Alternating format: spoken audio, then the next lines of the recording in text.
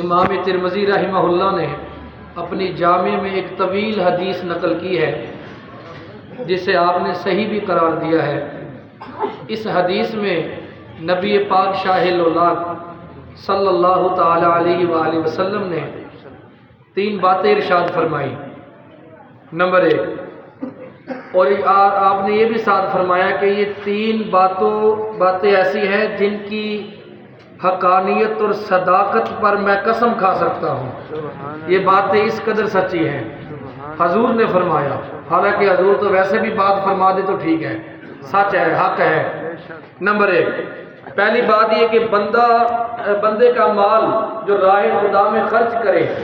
یعنی صدقہ کرنے سے، خیرات کرنے سے، اللہ کی راہ میں سخاوت کرنے سے، حضور نے فرمایا کبھی بھی اس کے مال میں کمی نہیں آ سکتی ہے۔ اور ایک روایت میں حضور نے قسم اٹھائی اس پر کہ صحابہ اللہ کی قسم، جو اللہ کی راہ میں مال خرچ کرتا ہے اس کے مال میں کبھی کمی نہیں آ سکتی ہے۔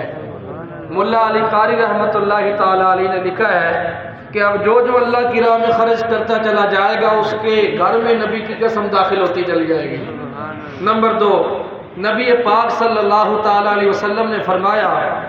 کہ جس بندے پر ظلم و زیادتی ہو وہ صبر کر جائے، تو فرمایا میں اس پہ قسم اٹھا سکتا ہوں کہ اللہ اس کے صبر کی وجہ سے اس کی عزت میں کمی نہیں آنے دے گا، اس کی عزت مزید بڑھے گی۔ کسی نے گالی دے دی ہے تو ہم سمجھتے ہیں اگر ہم چپ رہ گئے تو ہماری بےزتی ہے، بدلہ لیں گے تو عزت بنے گی، مگر حضور کیا فرما رہے ہیں کہ صبر کر جو اللہ عزت اور بڑھا دے گا۔ اور ایک روایت میں آتا ہے کہ صبر کرنے کی وجہ سے یا معاف کرنے کی وجہ سے کسی کی عزت میں کمی آئی تو میں اس کی عزت کا ضامن بن جاتا ہوں،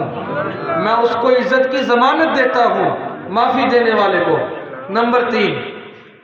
نبی پاک شاہ الاولاد صلی اللہ تعالی علیہ وسلم نے فرمایا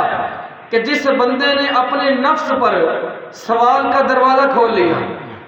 ضرورت اور حاجت کی وجہ سے نہیں، حاجت ہو تو کر سکتا ہے بندہ، صرف اس لیے کہ میں مال و دولت جمع کروں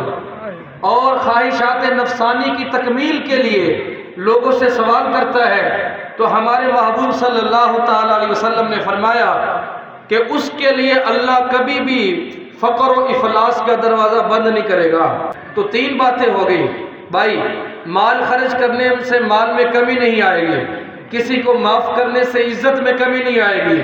اور بلا ضرورت نفس کی اتباع میں خواہشات نفسانی کے لیے سوال کرنے سے کبھی بھی ضرورت پوری نہیں ہوگی بلکہ فقر کا دروازہ کھلے گا۔ یہ 3 باتیں اتنی سچی ہیں، حضور نے فرمایا میں چاہوں تو اس پر اللہ کی قسم اٹھا سکتا ہوں۔